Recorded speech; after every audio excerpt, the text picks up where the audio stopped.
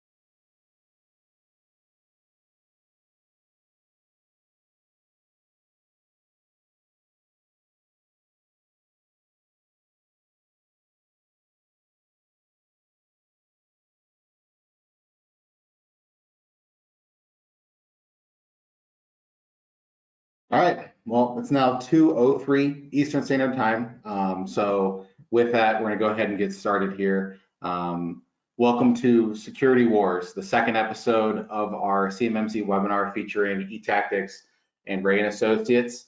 This one's called Return to the Process. And in this webinar, the first one was more of an introductory episode. This is gonna be a little bit more into the weeds. We're gonna take a look at different maturity levels, their requirements, all the different practices that they require, and also take a look at how different ways you can manage and better prepare yourself for CMMC requirements going forward. So with that, we've got to start off with some introductions. So if you weren't here in the first one, you missed a good one, but that's okay. I'm still going to introduce you to Ty Wittenberg, who is the Senior Information Assurance Manager at and CMMC Registered Practitioner on Rea Associates Cybersecurity team. He can be found ensuring organizations, technology, and networks drive business objectives by identifying potential loss events, reducing their frequency and loss magnitude. He has more than 10 years of industry experience, and he's involved with many different organizations, such as Central Ohio ISSA, the Greater Ohio Fair Chapter, the Ohio River Valley Cloud Security Alliance, and InfraGuard Columbus. Welcome, Ty, again. And then I'll introduce myself real quick. I don't want to talk too much about myself here because this isn't about me as much as it is between Ty and Zach. So my name is Matt Moneypenny. I'm the lead marketing and sales analyst at Etactics, which is mainly a revenue cycle technology company, as well as a compliance management technology provider in Northeast Ohio. My background is in content marketing, branding, logo design, all that kind of good stuff. But we're gonna go ahead and move forward with Zach. So Zach Getz is a senior software developer within Etactics' Connect Plus or CNP division. He oversees and guides the continual development of Etactics compliant management technology known as K2 compliance to ensure that it helps organizations navigate mandated laws and regulations. Zach has a decade of experience in the software development space, immediately starting his career at Etactics upon graduating from the University of Akron just a few years ago. Welcome, Zach. Hello. Hello, everyone. So with that, let's take a look at some of the maturity levels here. So maturity level 1, right? As a rule, maturity level 1 certification policies and relevant processes do not need to be written down. And as Yoda says here, you must feel the force around you. Now, Ty, I don't know if you wanted to expand a little bit upon that, or maturity level 1 is a little bit basic, so there's not much to it. I think if you think of it in the sense of you're performing these particular actions, right? There's no real maturity process assessed even at the maturity level 1 for it, as much as it is observatory that you guys as an organization, as a contractor or subcontractor in this space are actually have these controls in place that you find, and most of them in the Federal Acquisition Regulation. So maturity level 1 still is heavily assessed on FAR 52.204-21B1. And basically what that says is, the main point and takeaway from that is that some contracts may still require to show the process and procedure. So basically the gift here, the big takeaway is you need to still stay on top of all of your contracts and show your processes and procedures. Even if you are still a maturity level 1 business for CMMC, otherwise it could be rather embarrassing. That's right. I mean, your client could ask for a spot check, or even, the Department of Defense could ask, right? That's that little bit of bump, but typically, like we said earlier, there's still, nothing that's institutionalized or anything like that where you have it written down or whatever. Right, exactly. So it is focused on accessing or safeguarding FCI, and with that, there's 17 practices drawn from the NIST 807 or 171 domains, which is, access control, media protection, system communication protection, identity and authentication, physical protection, system and information integrity. So that's, we threw the 17 practices out there, Matt, right? Yeah. But for maturity level 1 for the audience, Matt nailed it. It's just these 6 particular areas really speak to the Federal Acquisition Regulation. And if you were to put a NIST 800-171 domain around it, these are the 6 that encompass the basic safeguards you should have in place. Right, exactly. And thanks for the compliment, Ty. So, if you paid attention to if you participated and paid attention in the first webinar that we had for this series, one of the things that we like to do is keep the audience involved. And the way that we do that is through polls. So, there's 3 total polls in this webinar, so nothing crazy. But the first poll question is, and you can answer this in the chat, I believe. Amani can correct me otherwise, but the first question we have is, how will companies with 100% remote employees be assessed through CMMC?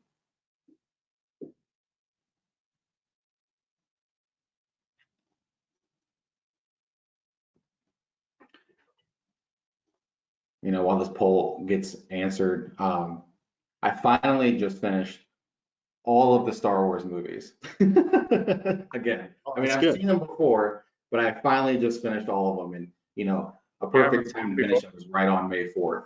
May the 4th be with you. Yeah, may the 4th be with everyone here today. That's right. Let me see if I can see that.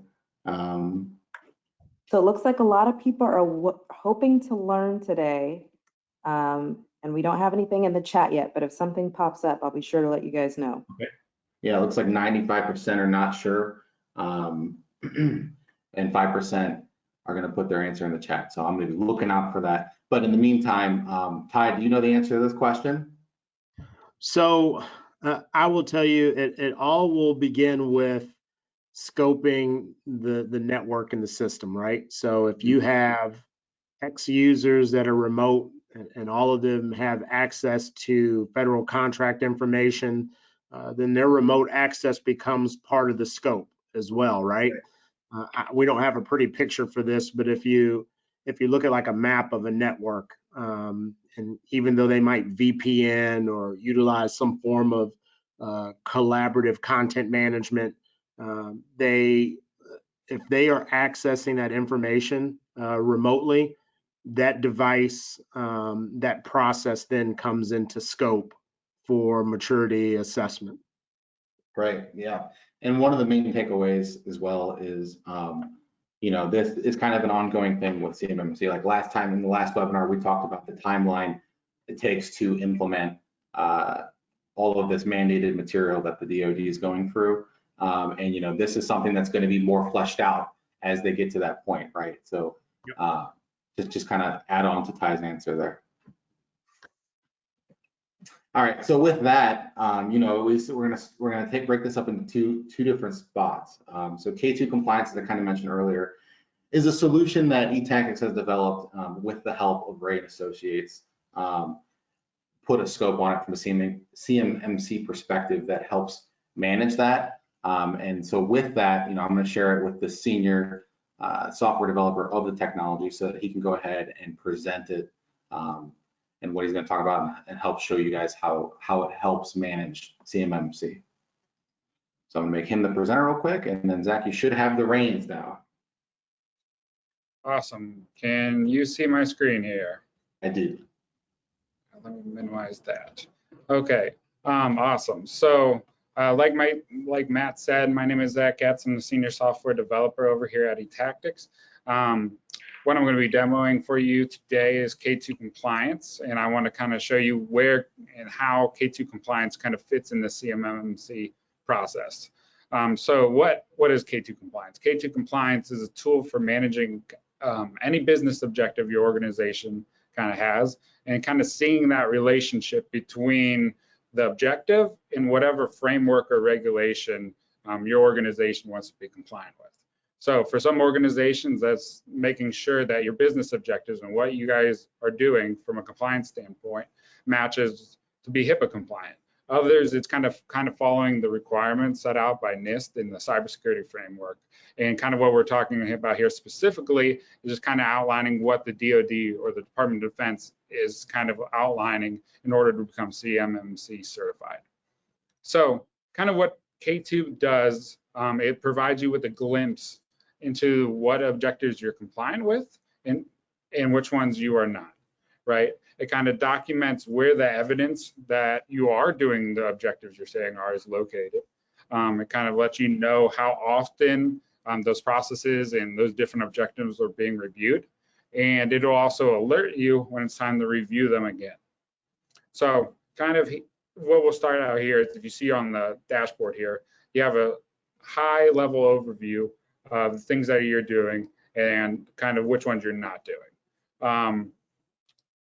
So how we kind of imagine this fits in the CMMC process is we imagine organizations using K2 compliance to upload all their evidence for the different CMMC requirements or objectives that are inside the system. They would work with an RPO like Rea Associates to implement and ensure that the evidence that they have uploaded into the system to say, yes, we are doing this one part of CMMC is sufficient for what the Department of Defense is actually going to want. And then over time, as you upload more and more evidence, you'll see that the system starts to fill out, and you'll be able to actually see what parts of CMMC you're doing and which ones you are falling a little short. So then when it's time for the assessor to come in, all that evidence is in one centralized spot, and it's presented in kind of an easily accessible format. Normally how this tends to be is well, I have a spreadsheet to do this. I have a Google Doc to do that. I have a few emails where I've trained some employees through emails, and let me go find those emails. Kind of what the tool provides is one centralized repository for all this evidence to flow in and map to those corresponding requirements so that you can kind of see where you are and do like a small gap analysis on demand of where we fall short and where we're actually doing pretty well. So I'm going to show one thing quick, and then I'm going to pass it back over to Matt and Ty, and then I'll show a little bit of it here in a little bit. But if you go to the framework over here, we have a list of many different frameworks and regulations inside the system. If you click on any one of them, you can kind of see the mapping of how your objectives relate to those different parts of the framework or regulation. So for instance, you can kind of see real quick, okay, we're doing IDAM-6 very well of the NIST Cybersecurity Framework, the 1.1 version. But there's a bunch here that we don't meet. If there's no mapping here that says this is covered by an objective, then that means currently we have no process or business objective currently at our organization that addresses this at all. So you can kind of see real quickly the stuff we are doing and where we kind of fall short. So that's, at the moment, I'm going to pass it back over to Matt and Ty, and I think I'm going to show something a little bit. Okay. So, Matt, if I could just jump in here real quick, Yeah, right? absolutely. That's a great presentation of what K2 can do for an organization. When you think of your system security plan that you need to have as you make that maturation to a minimum of maturity level 3 to be able to access controlled unclassified information, CUI, or you think of you're making this journey and you're just starting out as an organization, your plan of actions and milestones, K2 really helps you not only bring a flashlight, but a floodlight to what is actually going on in your organization, how well you're doing it. And Zach, he cheated himself a little bit, or I'm stealing part of his fire, is there's some automation that can happen in there that if you're bad at creating reminders or you're bad at doing follow-up, it's going to create the reminder and send an alert out to you and say, hey, Ty Wittenberg, you said that on June 15th, you were going to have your system security plan completed for access control. It's not uploaded. Please upload it today, right? And that in itself is a game changer. But more importantly, what it helps you do is it helps you reduce cost of the assessment from an assessor to come out, and can help save you some money in the long run and save you some heartbreak and headache. Right. Yeah, exactly. So thanks, Zach, and thanks, Ty, for that follow-up. We did get a question from Roland March that asks, what is an RPO? So, from the perspective, if this was football, obviously that would be a run pass option. But in this case, Ty, what is an RPO? So, us military guys and any business for that matter love our acronyms. Yeah, RPO stands for Registered Provider Organization. So what that means is it's an organization that's registered with the Cybersecurity Maturity Model Advisory Board, CMMCAB.org, and has provided their information around insurance, business profile, background checked to say that they can help organizations prepare for cybersecurity maturity level assessment preparation. Hope that answers your question, Roland. I know my commentary about football didn't help too much, but Ty's pretty good at explaining that kind of stuff. So great question. I love the run pass option. Yeah, me too. My Bears are about. My Bears, I know this is supposed to be Star Wars, but my Bears are about to have one now with Justin Fields. Oh yeah, absolutely, absolutely. Ohio State all the way. He's a Buckeye, so it's a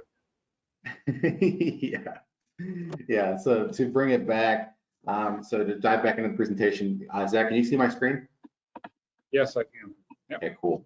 So maturity level 2, right? Let's bring it back to the maturity levels and kind of talk about what they require, right? So maturity level 2 demonstrates the organization seeking certification, or OSC, is improving their cyber program, right? So, at the end of the day, they have a job to do. They have to prove and demonstrate that that they're improving their cyber program proactively. Yeah, so that people go, well, what value is that that really is a stepping stone for an organization that might start at maturity level 1 and can gradually work their way through a couple of years time or whatever to get to maturity level 3. You know, you can ramp up at a slower, steadier pace versus the hockey stick. Right. So with maturity level 2, there's 72 practices, 15 of 17 domains. Now obviously I'm not going to list all of them here in the slide because that would take, that would take up the entire screen and then some. But the big takeaways really are established policies that include the domain name, and then document CMMC practices to implement to the domain name policy.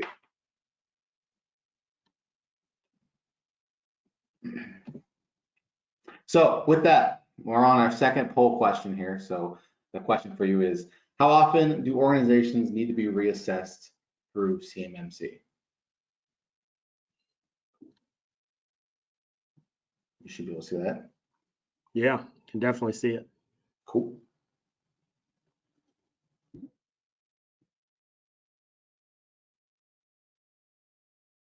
Take a look at the results here.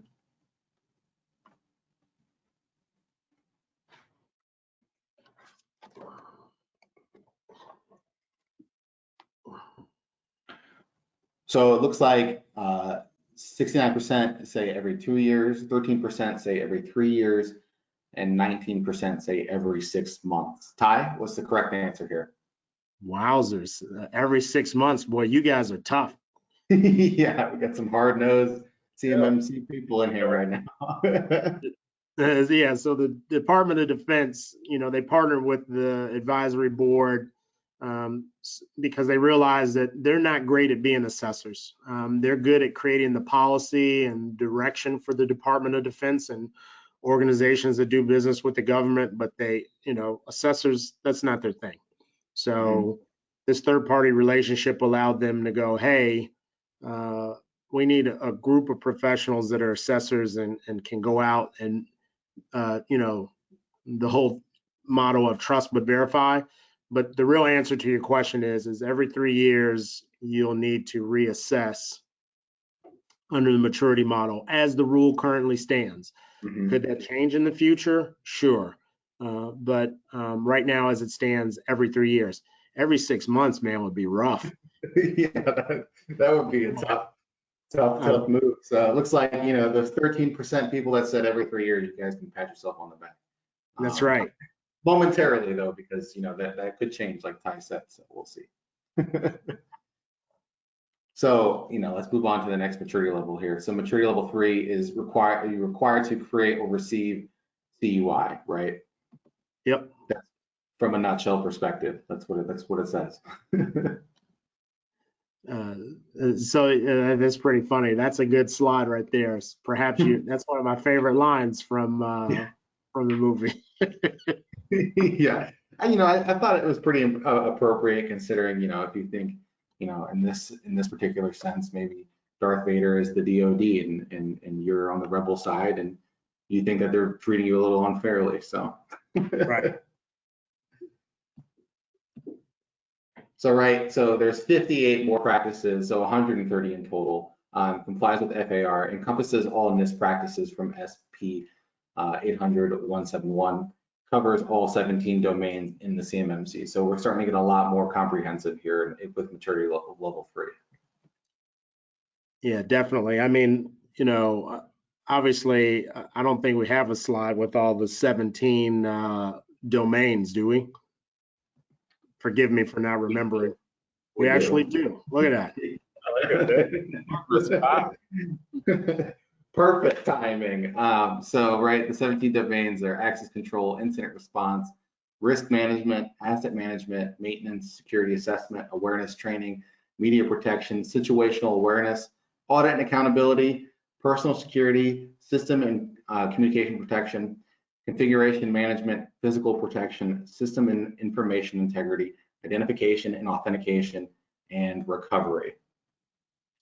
So that's a mouthful. Yeah, there's a lot here, and we're going to quiz you on this later. So write this down. Very important. Obviously, it is important if you're going to be a maturity level 3, but the main takeaway is that it's very comprehensive. So, you've got all these domains, but there's a lot of other moving parts within them, right? Mm-hmm. So within these domains, which are part of the 800-171 framework that's part of CMMC, there's additional controls in there around that help you to create your practices and your policies with 800-53, the fifth revision or fourth revision out there, forgive me. So, I mean, you've got the Federal Acquisition Regulation. You've got the Defense Federal Acquisition Regulation Supplement. You've got 800-171. You've got 853 that's involved. There is a lot going on here. It is an undertaking to get to maturity level 3. And the expectation is that even though we're talking about these 3, there's 2 other levels, 4 and 5. But the brunt of the folks that Etactics and Rea are talking to probably live somewhere in that maturity level 1 or maturity level 3 certification, right? And depending on the level of relationship that you have with your clients, your client potentially being another subcontractor or maybe even doing business directly with a Northrop Grumman or someone else in the defense industry, may require you to get to those maturity levels much faster to have the least amount of impact to your business, to your revenue objectives as well too. Right. Well said. So this is when we start bringing back Zach into the conversation here. So how should the information be stored and accessible to the assessor, right? And the obvious answer to that is K2 compliance. So with that, Zach, if you want to go ahead and take the presentation part and show everyone exactly the answer to this from K2's perspective. Yep, show my screen. Can you see my screen here, Matt? Yes, sir. Okay, awesome. So what we're going to kind of show here, as you can kind of see, especially on when you get to that maturity level 3, there's a lot of moving parts. There's a lot of different things that you need to be able to say, okay, I am doing this. And a lot of these things you got to know, for instance, the control owner, who's the operator, where's this documentation evidence being stored, what technology is being used to actually do this. So there's a lot of different moving parts. So without some sort of a tool, it can get pretty hairy pretty quick. So kind of what I'll show you is kind of how the data gets stored inside of K2 compliance and how it's able to be retrieved.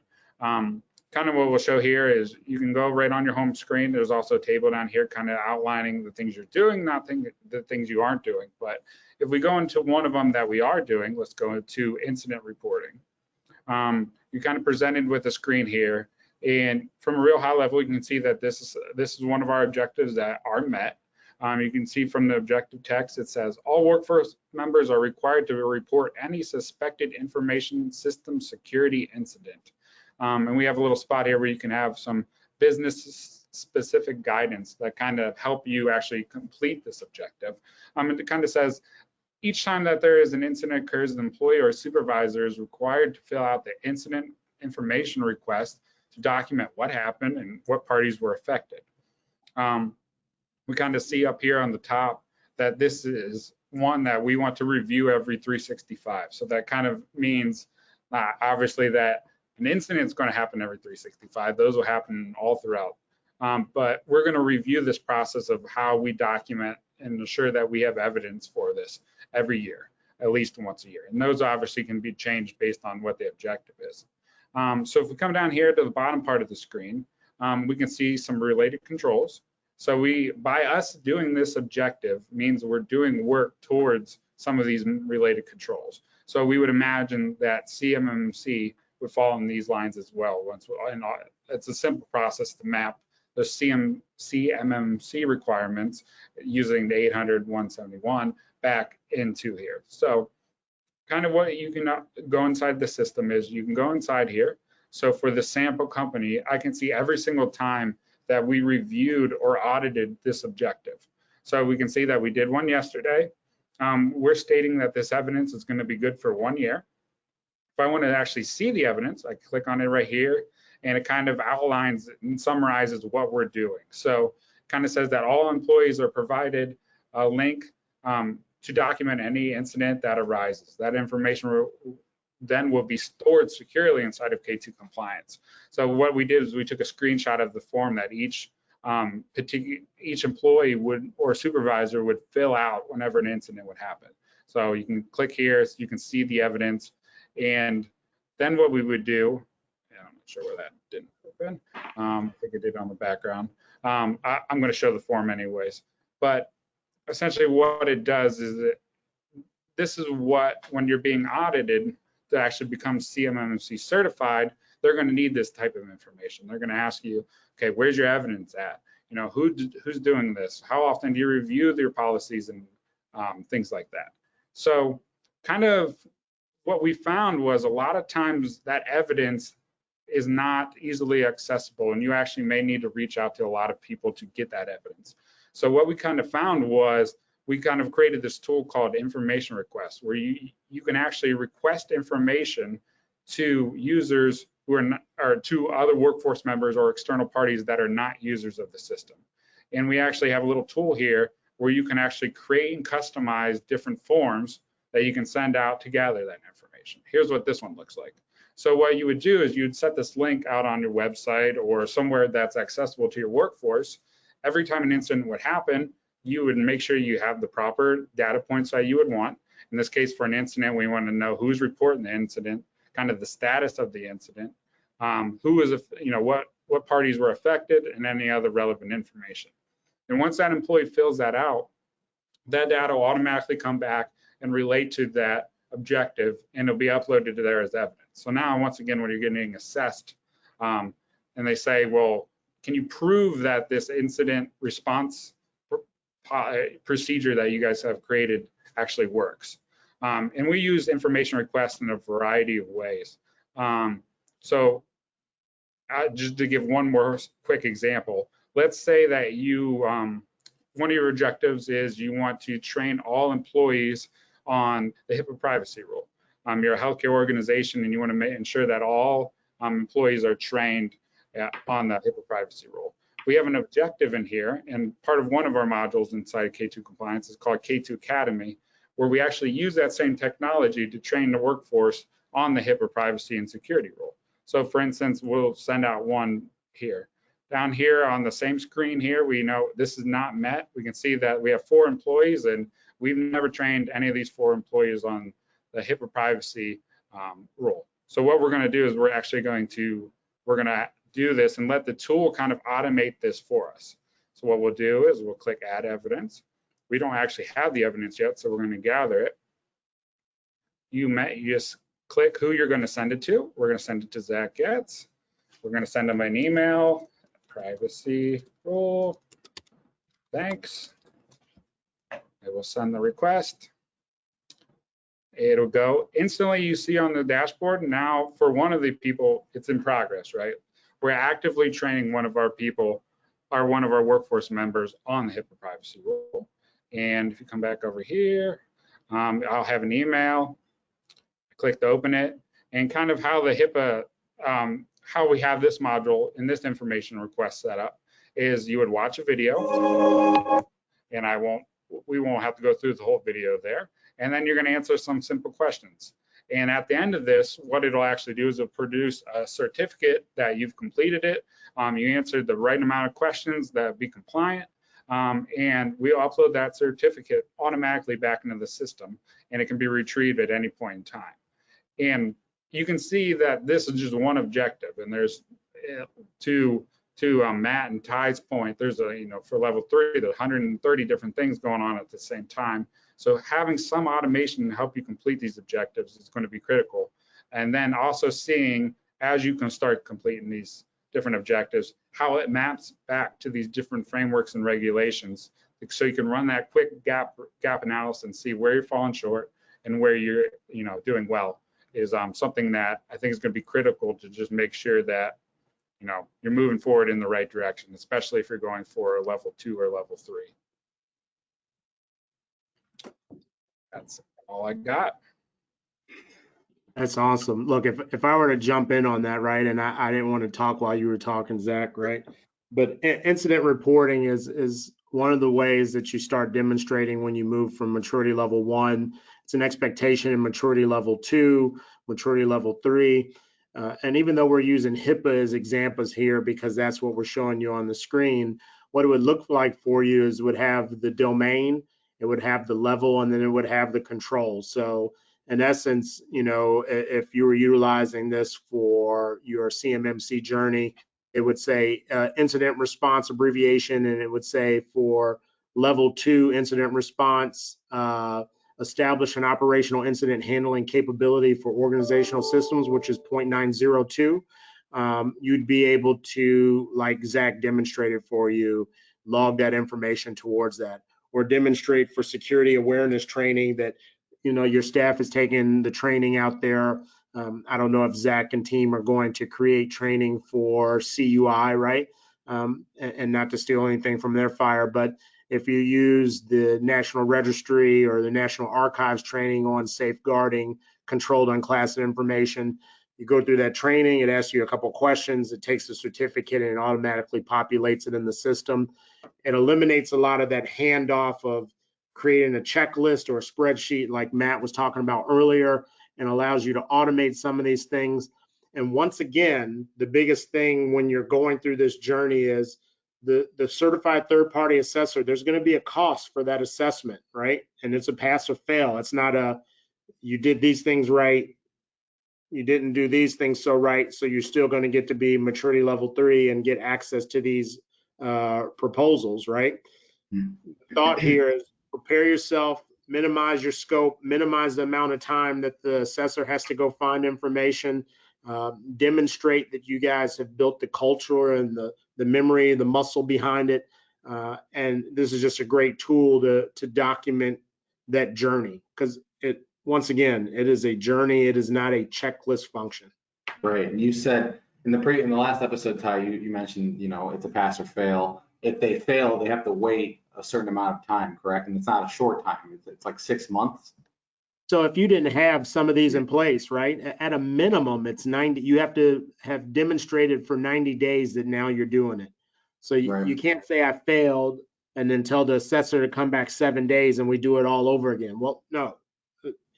Nothing culturally has really changed in your organization from 7 days ago.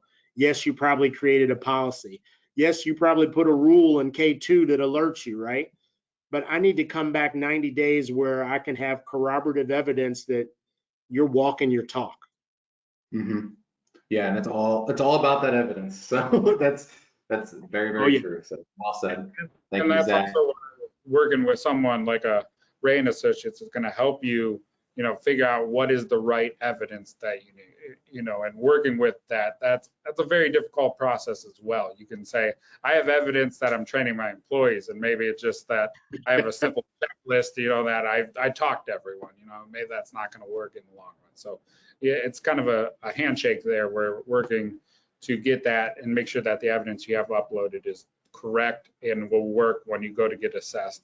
And having it in an easily accessible format, it's only going to take down on the number of hours that the assessor will be there, which obviously is going to lower your overall cost for that assessment. So, right.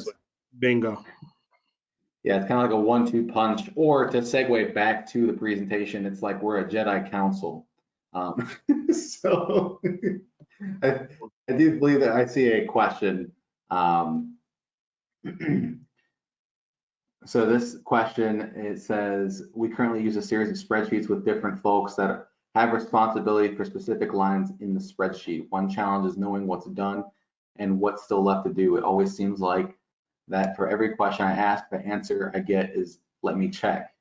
Will K2 compliance and will that help this scenario? Zach and Matt, I'll let you guys take that first. Yes, I think it would right away. Kind of from a high level, not only will you see which objectives are done, because when in the system, they're not marked as green met until you actually have proven that you have evidence in the system. And you say how long that evidence is good for. So just because you uploaded, let's say your objective is you want to make sure all physical logs to your building are uploaded every 30 days. If after 30 days that evidence is no longer, good anymore, so you will need, the system will remind you that you need to upload it, and automatically that'll go to a not met status. As well as we also have an owner or who's responsible for it. So say you have a team of, let's say, 5 people who are kind of working on this list of 100 objectives. You can kind of see, okay, this person, why is this not met? You can actually follow up with that person and say, hey, I thought we talked every 30 days, you're going to upload these logs. Why is this not being done? Because to Ty's point, if you got to prove that you've been doing this for 90 days, you got to have the evidence from the last 90 days to kind of be able to prove that. So it's a very, and the right evidence. It's, once again, it's not just uploading something to, because when the assessor comes in, it's a completely different organization. And they may not know that, hey, that's culture, you've been doing it, you really have good faith. It's like, well, you haven't been doing it for the last 90 days. It's not met. You're not doing it, no pass. So yeah, it cuts out the assumption. It's either you're doing it or you're not. That's really what it comes down to, right? And that's what the K2 compliance makes it much easier, because it's like, oh, well, I do have some spreadsheets that are sometimes updated. It's like, no, you either you have it, or you meet it, or you don't. It's that simple. It's that black and white. It makes it much easier to manage that. And it's actually, Matt, sorry, I didn't mean to step on your toe there, but it's not even, are you doing it? Because you may actually be doing it, but can you prove that you're doing it? Is actually a whole nother step on top of it, right? Like if I may actually be doing something, but if I can't prove that I'm doing it, then it doesn't really, and when that assessor comes in, you may fail still. I had a great mentor that said, if I didn't observe it and I didn't see it, then it didn't happen. So, the only thing I was going to add to that is, the K2 really helps with who are your people resources to that question.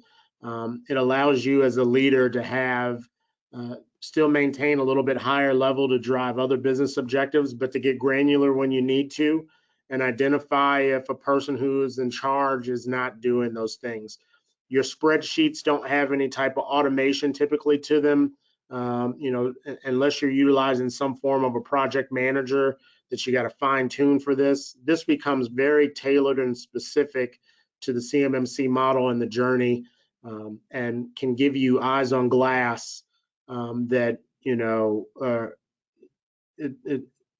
I can't think of the phrase here other than, we probably could charge you a ton for it, but it's a great value for what it is.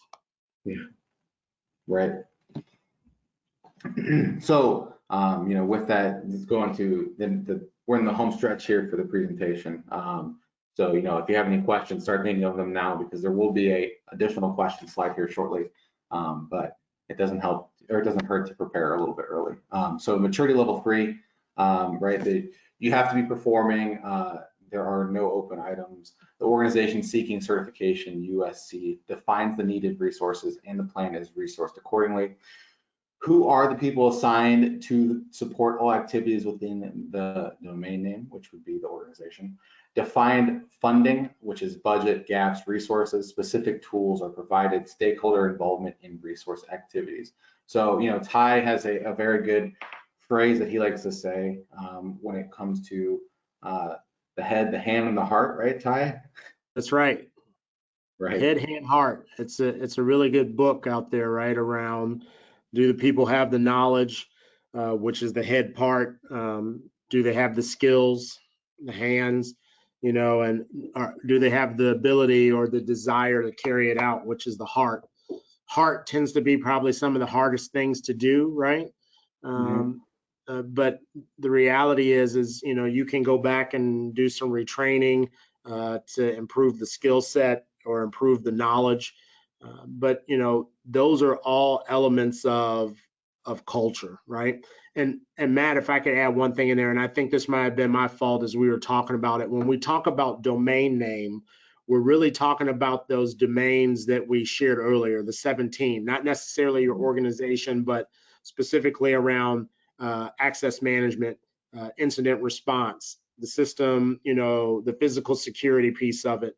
Those when you assign them, and just like we were talking about just a second ago for K2, Ty Wittenberg is assigned to the incident response domain or to the physical security domain.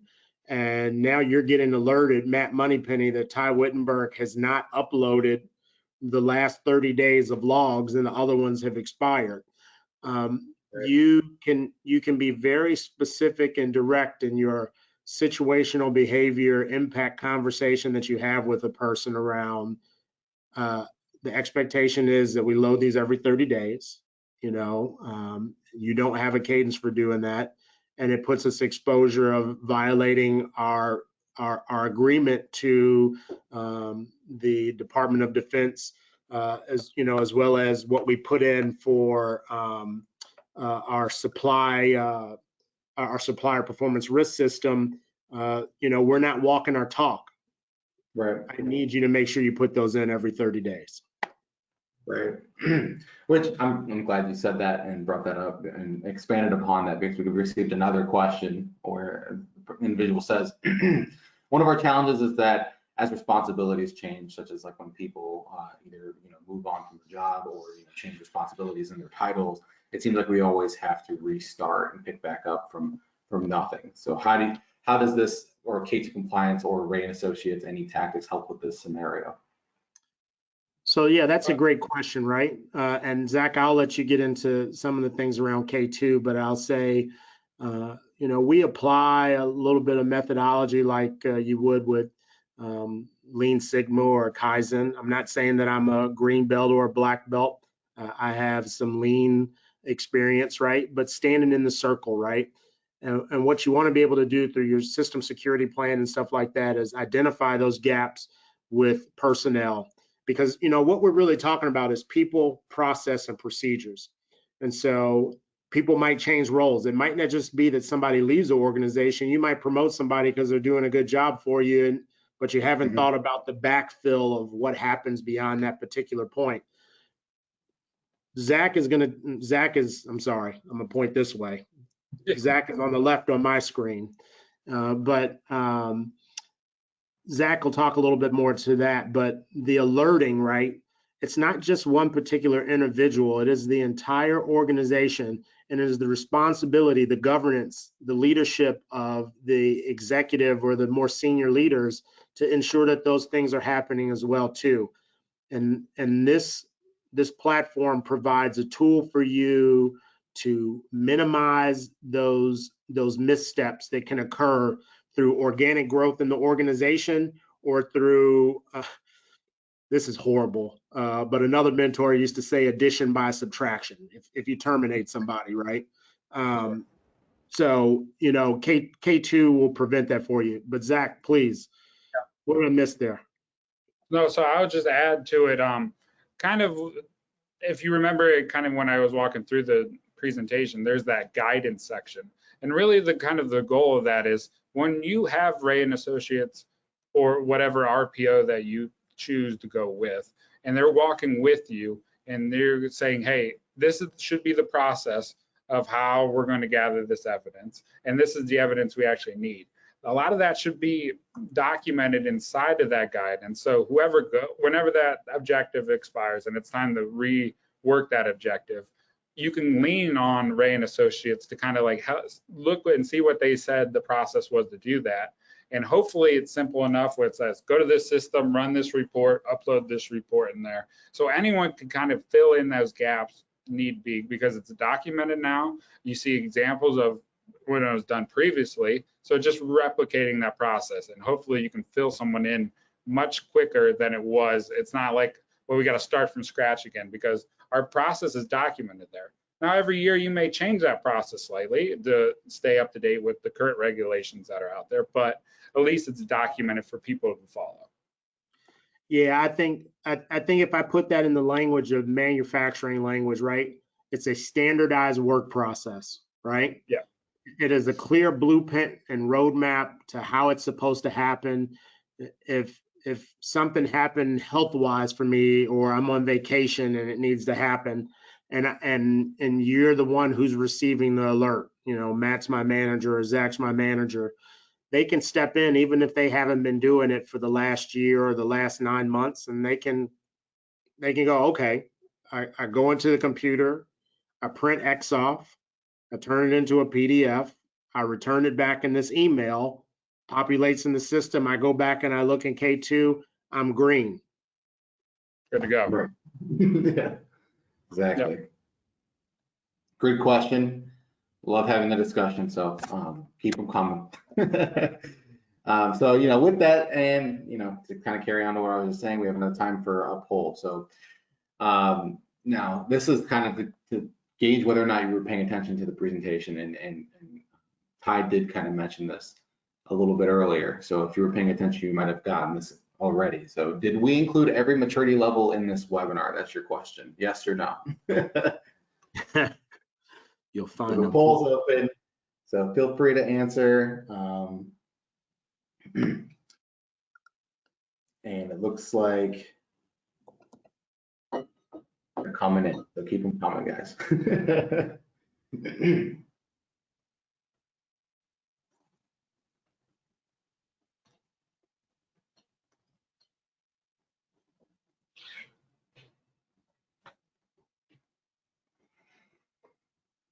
All right. Right, so it looks like the majority of people said, so we got 18% said, yes, all levels are important for organizations. 59% said no, there are also level 4s and 5. And 24% said no, there will be few organizations that require all levels. So the correct answer to that is there are 2 other levels, which is level 4 and 5. And then the other, the 24% of people that said, there will be few organizations that require all levels. Level 4s and level 5s, there are very few of them from my understanding, right? Yeah, you were spot on there, right? And to be very transparent with our attendees today, that is where the rubber has not hit the road yet with CMMC. We should probably have a decision here sometime in the next 7 to 10 days around solidifying some of the maturity level. But one of the things that was out there that I was watching is that there potentially is maturity levels 4, maturity level 5, which is going to require you to be a little bit deeper. There was some talk that there might be a level 4.1, a level 5.2 in there, so there'll be even additional stages into that. What you see so far from maturity levels 1 through 3 from the Federal Acquisition Regulation and the Defense Federal Acquisition Regulation Supplement is, and 800-171 is unless there is some errata out there different, is going to be the standard marching orders going forward for organizations to achieve maturity levels 1 through 3. Now, don't quote me specifically as saying, well, Ty Wittenberg said that's it. You guys out there that are attending need to realize is that this relationship with the advisory board as a third party outside of the DoD is helping to make sure that there's this continued growth, and I'm doing my breakdancing move, that it's fluid, right? That's cool. And so CMMC is going to be very fluid. As it continues, right? And as we go through this journey over the next 5 years, where after the 5th year, every single contractor, if you're doing business as a subcontractor or a sub of a sub, you're going to have to be able to demonstrate some form of maturity level between 1 and 5. Right. So with that, that's kind of our stopping point for episode 2 of the CMMC webinar series. But before we go, is there any further questions that anyone might have? And we'll wait a little bit for people to type some out. I did foreshadow this a little bit, so it did come, like I said. So you've had some time. So if you have any questions, go ahead and type them in, and we'll be sure to answer them.